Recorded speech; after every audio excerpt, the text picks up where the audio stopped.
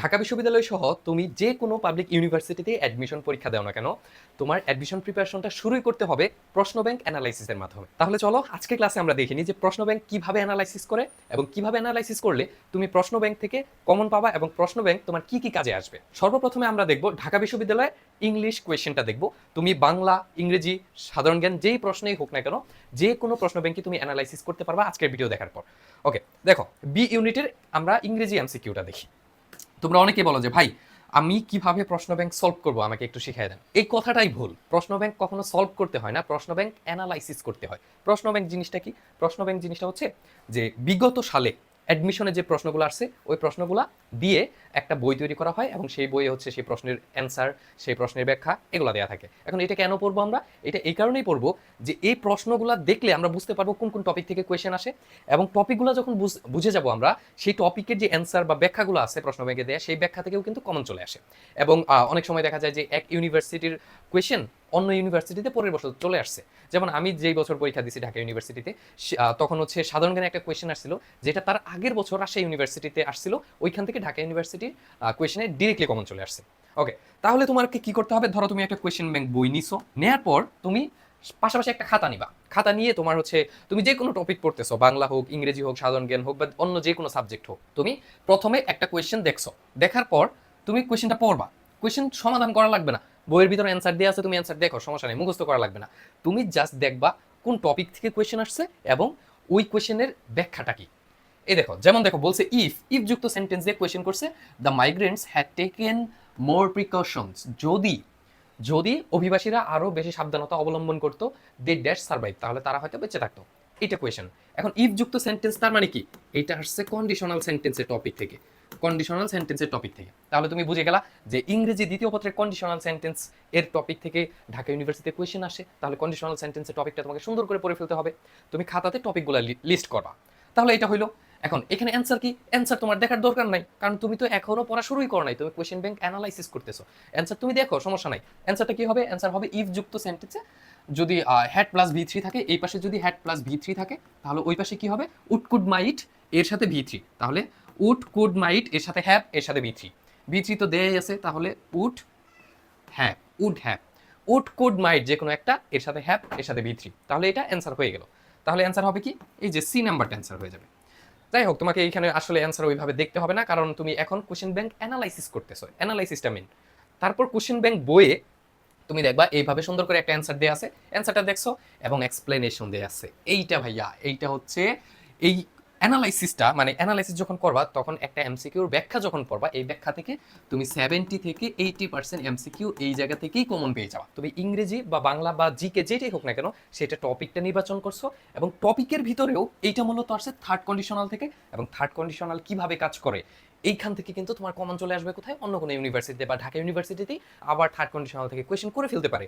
এবং সেজন্যই তোমার সেন্টেন্সটা হয়তো বা এর পরে কোয়েশ্চেন আসলে সেন্টেন্সটা চেঞ্জ হবে, কিন্তু মেইন যে স্ট্রাকচার, মেইন যে নিয়ম, সেটা তো চেঞ্জ হবে না। সেই জন্য এই ব্যাখ্যাটা মোস্ট ইম্পর্টেন্ট। তাহলে কোয়েশ্চেন ব্যাংক অ্যানালাইসিস করার সময় কি করতে হবে? প্রথমে টপিক নির্বাচন করতে হবে, এরপর যে ব্যাখ্যাটা আছে ওই ব্যাখ্যাটা সুন্দর করে মুখস্থ করে ফেলতে হবে, যে কিভাবে কাজ করতেছে। ওই গ্রামার মূলত হচ্ছে যে ব্যাখ্যাটা দেয়া থাকে, ওই ব্যাখ্যাটা মূলত একটা রুলস দেয়া থাকে, মানে গ্রামারের রুলস দেয়া থাকে। সো এইটা গেল। তাহলে এখন আমরা মূলত হচ্ছে ঢাকা ইউনিভার্সিটির বি ইউনিটের গত বছরের আসা কোয়েশ্চেনটা সলভ করতেছি, 25-26 সেশনে যে কোয়েশ্চেনটা আসছিল। ঠিক আছে, চলো এরপর দেখো আবার বলছে যে she leaned dash the wall gasping dash breath. এখানে দেখো যেই অপশনগুলো আছে সবগুলো কিন্তু প্রিপোজিশন। এটা মূলত আসছে প্রিপোজিশন থেকে, এবং এইটা একটা মুখস্থ আইটেম। এটা আসছে কই থেকে? প্রিপোজিশন থেকে। তাহলে প্রিপোজিশন আমরা বুঝলাম যে কন্ডিশনাল আমাদের জন্য ইম্পর্টেন্ট, প্রিপোজিশন ইম্পর্টেন্ট। এটা মূলত আসছে অ্যাপ্রোপ্রিয়েট প্রিপোজিশন থেকে। আর অ্যাপ্রোপ্রিয়েট প্রিপোজিশনে এই যে দেখো লিন্ড আছে না, লিন্ড মানে হেলান দেয়া, এর সাথে সবসময় হয় এগেইনস্ট। হেলান দেওয়া বোঝাতে এগেইনস্ট ব্যবহার করা হয়। তাহলে লিনের সাথে শূন্যস্থানে কি বসবে? এগেইনস্ট। আর কোথাও এগেইনস্ট আছে? নাই। এই এক নাম্বার এগেইনস্ট আছে, এটা দিয়ে দিলাম।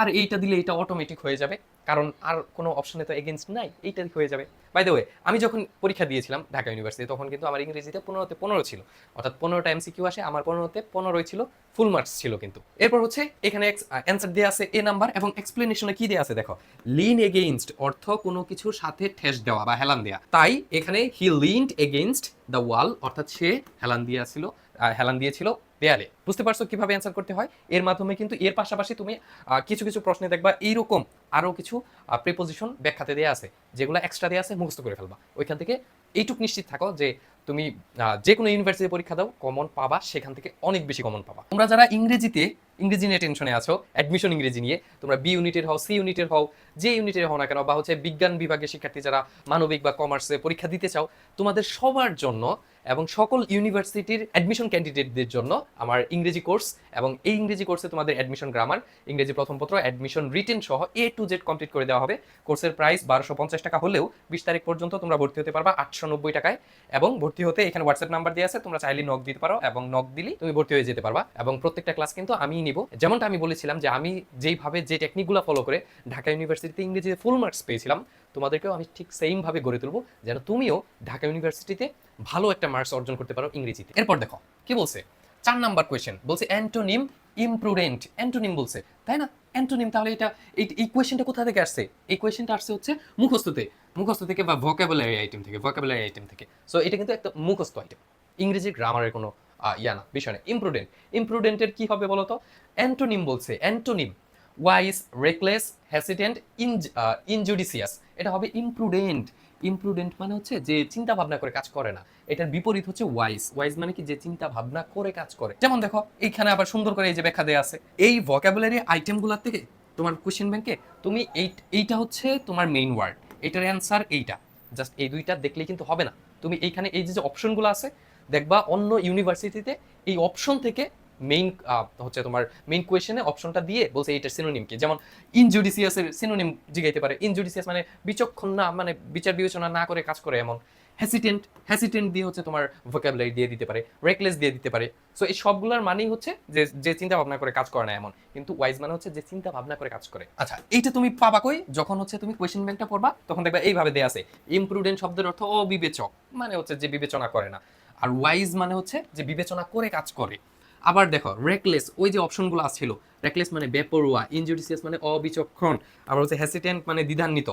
সো এই যে বিষয়গুলা, এই ব্যাখ্যাগুলা তুমি মুখস্থ করে ফেলবা, কারণ একটা এমসিকিউ পড়তে যায় তুমি অপশন থেকে অনেকগুলো ভোকাবুলারি মুখস্থ করে ফেলতে পারতেছো। সো এইগুলা কিন্তু তোমাকে কাজে দেবে যখন তুমি হচ্ছে অ্যাডমিশন পরীক্ষার হলে থাকবা। তখন দেখবা যে ভোকাবুলারি তুমি অন্যান্য যে কোনো বই বা অন্য যে কোনো জায়গা থেকে শিখে থাকো না কেন, তার থেকে বেশি কমন আসবে তোমার এই ব্যাখ্যাগুলা থেকে। বুঝছো? ওকে, এরপর চলো আমরা 5 নাম্বার কোয়েশ্চেন দেখি। তোমাদের হচ্ছে টোটাল 15টা এমসিকিউ থাকে, তাই না? 5 নাম্বারটা কোথা থেকে আসছে? To jump on band wagon means. এটা হচ্ছে একটা তোমার ইডিয়ম, এবং এই ইডিয়মটাও কিন্তু মুখস্থ আইটেম। দেখো মুখস্থ আইটেম পেয়ে গেলাম, প্রথমে গ্রামার আইটেম পাইছি, এরপর মুখস্থ আইটেম পাইছি। এবং এখানে বলছে যে to jump on bank wagon, এটা দিয়ে আসলে কি বোঝায়? এটা দিয়ে আসলে বোঝাচ্ছে যে স্রোতের বিপরীতে না যাওয়া, মানে সরি, স্রোতের সাথে যাওয়া, স্রোতের সাথে গা ভাসিয়ে দেওয়া। অর্থাৎ সবাই যেদিকে যাইতেছে তুমি স্রোতের অনুকূলে যাইতেছো, তাহলে কি হবে? মিস অ্যান অপরচুনিটি না, জয়েন সামথিং পপুলার, হ্যাঁ এটা হবে answer. Return to an early time, এটাও হবে না। বিকাম ফাইন্যান্সিয়ালি সলভেন্ট, এটাও হবে না। অ্যান্সার হবে কি? B number. ওকে, এরপর দেখো, এরপর বলছি কি, আচ্ছা এখানে এক্সপ্লেনেশন দেওয়া আছে, তুমি কিন্তু ওই যে আলাদা একটা খাতা নিছো, সেই খাতায় কিন্তু নোট করতেছো যে কি কি আসে কি কি আসে না। এরপর আমরা হচ্ছে রিটেন আইটেম দেখবো, কি কি রিটেন আইটেম আসে। ওকে, এরপর দেখো 6 নম্বরে বলছে স্ট্রে ডগস ড্যাশ দেমসেলস, মানে রাস্তার কুকুরগুলো তাদেরকে ড্যাশ স্ক্র্যাপস মানে ময়লা আবর্জনা, রাস্তার কুকুরগুলো তাদেরকে বাঁচিয়ে রাখে ময়লা আবর্জনা খেয়ে। তাহলে কি হবে? এখানে দেখো সবগুলোতে ফিড আছে। ফিড মানে খাওয়ানো, আর ফিড মানে আবার বুঝায় যে খেয়ে বেঁচে থাকা। এখন এইটার সাথে অ্যাপ্রোপ্রিয়েট প্রিপোজিশন সবসময় অন হয়, ফিড অন মানে কোনো কিছু খেয়ে বেঁচে থাকা। তাহলে ফিড আর অন কোথায় আছে? এই যে সি নাম্বার, এইটা হবে অ্যান্সার, আর বাকিগুলো ভুল।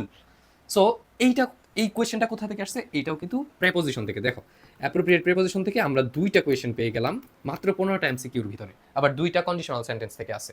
তার মানে 2 4টা আমাদের এখানেই হয়ে যাচ্ছে। তার মানে আমরা বুঝতে পারতেছি কোন টপিকগুলো আমাদের জন্য ইম্পর্টেন্ট, কোনগুলো আমাদের পড়তে হবে। আচ্ছা, এখানে হচ্ছে ব্যাখ্যাটা দেয়া আছে। এরপর দেখো আবার কি বলছে। এরপর বলছে the players along with the coach. এটা তোমার কোয়েশ্চেন আসছে সাবজেক্ট ভার্ব এগ্রিমেন্ট থেকে, অর্থাৎ রাইট ফর্ম ভার্ব থেকে। তাহলে রাইট ফর্ম ভার্ব থেকে যদি এই কোয়েশ্চেনটা আসে, অ্যান্সার কি হবে? অ্যান্সার হবে যদি এমন কোনো সেন্টেন্স পাও অ্যালং উইথ বা অ্যাজ ওয়েল অ্যাজ, এই টাইপের জিনিস যদি থাকে, তাহলে সেইখানে তোমার এখানে দেখা হয় যে দ্য কোচ সিঙ্গুলার, আবার দ্য প্লেয়ার্স এটা প্লুরাল, এটা সিঙ্গুলার, 2টা সাবজেক্টের মতো মনে হচ্ছে না? তাহলে এখানে ভার্ব আমরা কি দিব? তোমরা অনেকে ভাববা কি দ্য কোচ আছে, দ্য কোচের জন্য যেহেতু থার্ড পারসন সিঙ্গুলার আছে, তাহলে কি হবে? রিকোয়ার্স দিয়ে দিই, ভাববা আর ভুল করবা। বুঝছো? কারণ এইখানে মেইন সাবজেক্ট হচ্ছে এইটা। এই টাইপের সেন্টেন্সে কি করতে হয়, অ্যালং উইথ থাকলে অ্যালং উইথ থেকে শূন্যস্থান পর্যন্ত কেটে দিতে হয়। বাকি থাকে কি দ্য প্লেয়ার্স। দ্য প্লেয়ার্সের জন্য কি হবে, দ্য প্লেয়ার্স যেহেতু প্লুরাল তাহলে ইজ হবে না, ওয়াজ হবে না, রিকোয়ার্স হবে না, দ্য প্লেয়ার্স আর রিকোয়ার্ড। যেহেতু প্লুরাল আছে তাই অক্সিলারি ভার্বটাও প্লুরালি বসবে। বুঝতে পেরেছো? ওকে, তাহলে আমরা এই পর্যন্ত বুঝলাম। তাহলে অ্যান্সার গেল এ নাম্বার। এরপর দেখো, এখানে দেখো সুন্দর করে ব্যাখ্যা দেওয়া আছে, ব্যাখ্যাটা তোমরা দেখবা। তারপর বলছে কি identify the incorrect spelling. Spelling থেকে কোয়েশ্চেন আসছে। স্পেলিং মানে কি, বানান। এইটা মুখস্থের বিষয়। ইংরেজিতে তোমার হচ্ছে গ্রামার একটা আইটেম, ফার্স্ট পেপার একটা আইটেম, আর একটা হচ্ছে মুখস্থ বিষয়। এই তিনটা থেকে কোয়েশ্চেন আসে। বুঝতে পেরেছো? তারপর রিটেন আসে। আচ্ছা, এখানে হচ্ছে তোমার যেটা সঠিক সেটা খুঁজে বের করতে বলছে, ইনকারেক্ট খুঁজে বের করতে বলছে, কারেক্ট না। এখানে এইটা এইটা আর এইটা, এই তিনটে কারেক্ট আছে, শুধু এইটা ভুল আছে। যেহেতু এটা ভুল সেহেতু অ্যান্সার হবে এইটাই, কারণ এখানে চাইছে এই ভুলটা। বুঝছো? এখানে হচ্ছে অ্যান্সার দেওয়া আছে এবং কেন ওইটা হইলো, বাকিগুলা কেন হইলো না সুন্দর করে ব্যাখ্যা দেওয়া আছে এবং অর্থগুলাও দেওয়া আছে। বুঝতে পেরেছো? সেই জন্যই অন্যান্য ইউনিভার্সিটিতে আসা কোয়েশ্চেনগুলো তোমাদের জন্য ইম্পর্টেন্ট, যেমন এটা ঢাকা ইউনিভার্সিটিতে আসছিল। সো এই টাইপের কোয়েশ্চেন দেখবা অনেক সময় হুবহু অন্য ইউনিভার্সিটিতেও চলে আসে। ওকে, এরপর দেখো, আ person who helps people through charitable causes is an. একজন মানুষ যে হচ্ছে সাহায্য করার জন্য অন্যকে দান করে থাকে তাকে কি বলা হয়? এটা হচ্ছে তোমার one word substitute. One word substitute, এটাও একটা মুখস্থ আইটেম। এবং এই টপিকটার নাম হচ্ছে ওয়ান ওয়ার্ড সাবস্টিটিউট, যেটার বাংলা মিনিং হচ্ছে এক কথায় প্রকাশ, যেটা তোমরা বাংলা সেকেন্ড পেপারে পড়ো। এইটা ইংরেজিতেও আছে। সো এটা কি হবে? এটা হবে অপটিমিস্ট, মিসানথ্রোপিস্ট, আইডিয়ালিস্ট, ফিলান্থ্রোপিস্ট। এটা হবে ফিলান্থ্রোপিস্ট। যেমন এইটার অ্যান্সার ফিলান্থ্রোপিস্ট, তেমনি আবার আইডিয়ালিস্ট বলতে কাদেরকে বোঝায়, মিসানথ্রোপিস্ট বলতে কাদেরকে বোঝায়, অপটিমিস্ট বলতে কাদেরকে বোঝায়, এই তিনটার ব্যাখ্যা তুমি যখন কোয়েশ্চেন ব্যাংক সলভ করবা এই তিনটার ব্যাখ্যা শিখে ফেলবা। সেজন্য যেহেতু ঢাকা ইউনিভার্সিটিতে এই যে ফিলান্থ্রোপিস্ট আসছে, রাজশাহী ইউনিভার্সিটিতে দেখবা যে মিসানথ্রোপিস্ট চলে আসতে পারে, বা চট্টগ্রাম ইউনিভার্সিটিতে আইডিয়ালিস্ট চলে আসতে পারে, অপটিমিস্ট চলে আসতে পারে আবার আরেকটা ইউনিভার্সিটিতে। সো এইভাবে তোমার কোয়েশ্চেন ব্যাংক অ্যানালাইসিস করতে হয়। আমি খুব বেশি ব্যাখ্যা দিয়ে এখন পড়াচ্ছি না, নয়তো তোমাদের যখন আমি অ্যাডমিশনে গ্রামার ক্লাস নিব তখন হচ্ছে একটার পাশাপাশি বাকি তিনটা ব্যাখ্যা সহ পড়িয়ে দিব। কিন্তু আজকে তোমাদের আমি জাস্ট দেখাচ্ছি যে কিভাবে তুমি কোয়েশ্চেন ব্যাংকটা অ্যানালাইসিস করবা। সেই জন্য আমি অ্যান্সারে খুব বেশি গুরুত্ব দিতেছি না, আমি জাস্ট তোমাকে নিয়মটা দেখাই দিতেছি। এরপর হচ্ছে dash the water was salty I could not drink it. আচ্ছা, এখানে বলতেছে যে কারণ যে এই পানিটা যেহেতু সল্টি বা লবণাক্ত ছিল তাই আমি পান করতে পারি নাই। এটা নর্মাল হচ্ছে তোমার গ্রামারের রুলস থেকে দিছে যে এখানে শূন্যস্থানে কি বসবে এটা মিনিং অনুযায়ী তোমাকে করতে হবে। তাহলে দেখো, এইটুক হচ্ছে কারণ, এইটুক হচ্ছে কারণ, আর এইটুক হচ্ছে ফলাফল। যে ফলাফল, যেমন দেখো বলতেছে যেহেতু পানিটা সল্টি বা লবণাক্ত ছিল তার ফলেই আমি পান করতে পারি নাই। প্রথমে একটা কারণ দেখাইছে, তারপর ওই কারণে কি হয়েছে সেটা বলছে। এখন হেন্স বলছে, হেন্স মানে হচ্ছে অতএব বা ফলে, আর এইটা সবসময় ফলাফলের অংশে বসে। এইখানে যদি শূন্যস্থান থাকতো তাহলে আমরা হেন্স বসাইতাম। সিন্স মানে হচ্ছে কারণে, এবং এইটা হচ্ছে কারণের অংশে বসে, মানে এটার বাংলা মিনিং কারণে। অ্যাজ এ কনসিকুয়েন্স মানে ফলস্বরূপ, এটা ফলাফল অংশের সাথে বসে। অলদো, অলদো মানে হচ্ছে যদিও, এটা তখনই ব্যবহার করা হয়, এবং এইটাও হচ্ছে কারণে অংশে ব্যবহার করা হয় অলদো, কিন্তু ওই পাশে বিপরীতটা থাকে। অলদো টাইপের যে সেন্টেন্স আছে অলদো যুক্ত, সেটা হচ্ছে এক পাশে তোমার একরকম কথা বলে, আরেক পাশে আরেক রকম কথা বলে, অর্থাৎ একটা অংশের সাথে আরেকটা অংশ বিপরীত থাকে। কিন্তু এখানে কি বলছে যে পানিটা লবণাক্ত ছিল তাই আমি খাইতে পারিনি, বিপরীত কথা বলে নাই। কিন্তু বিপরীত হয়তো কখন, যদি এইভাবে বলতো যে পানিটা লবণাক্ত ছিল তবুও আমি খাইছি। নর্মালি মানুষ লবণাক্ত পানি থাকলে খায় না, তাও আমি খাইছি, বিপরীত কথা বলছে, তখন আমরা অলদো দিতাম। কিন্তু এইখানে যেহেতু বিপরীত বলে নাই তাহলে অলদো এটা আগেই বাদ। অ্যাজ এ কনসিকুয়েন্স অফ ফলাফলের সাথে বসে, এটাও বাদ এটাও বাদ। অ্যান্সার হবে কি সিন্স। বুঝতে পেরেছো? ওকে, এখন দেখো, এখন আবার কি বলছে। আচ্ছা, এখানে হচ্ছে এক্সাম্পল দেয়া আছে আবার। এইটা হ্যাড আই বিন হিয়ার, এটা হচ্ছে তোমার ওই যে প্রথমে যে সেন্টেন্সটা দেখলাম কন্ডিশনাল সেন্টেন্স, কন্ডিশনাল, এইটাও কন্ডিশনাল থেকে আসছে। সো তোমার 15টা এমসিকিউর ভিতরে 2টা আসছে কন্ডিশনাল থেকে, আবার 2টা আসছে প্রিপোজিশন থেকে, 4টা তো এই জায়গায় শেষ, আর বাকিগুলো বিভিন্ন টপিক থেকে আসছে। দেখো ভয়েস সেন্স থেকে আসে নাই, ন্যারেশন থেকে আসে নাই। তার মানে এই না যে পড়তে হবে না, কিছু কিছু টপিক আছে অবশ্যই পড়তে হবে, কিছু টপিক আছে তুমি চাইলেও বাদ দিতে পারো। মাত্র 15টা এমসিকিউর জন্য তোমাকে এত পরিমাণ টপিক পড়া লাগবে যে কল্পনার বাইরে, অনেক পড়া অ্যাডমিশনে। ওকে, এখন দেখো এখানে অ্যান্সার কি হবে। এখানে আসলে মূলত হ্যাড আই বিন দেয়ার এইটা দিয়ে থার্ড কন্ডিশনাল বোঝায়, এবং এইটার আসল রূপ হচ্ছে এমন, if I had been there, if I had been there, এটার আসল রূপ হচ্ছে এমন। তাহলে ইফ যুক্ত সেন্টেন্সে সাবজেক্টের সাথে হ্যাড প্লাস ভি থ্রি থাকলে এটাকে বলা হয় থার্ড কন্ডিশনাল। আর থার্ড কন্ডিশনালের ওই পাশে কি হয়? ওই পাশে হয় would, could, might. Would, could, might এর সাথে হ্যাভ এবং এর সাথে ভি থ্রি বসে। তাহলে দেখো উড, কুড, মাইট কোথায় আছে? এখানে শুড আছে, এটা হবে না। মাস্ট আছে, হবে না। ক্যান আছে, হবে না। কুড আছে, হ্যাভ আছে, ভি থ্রি আছে, এটা হবে অ্যান্সার।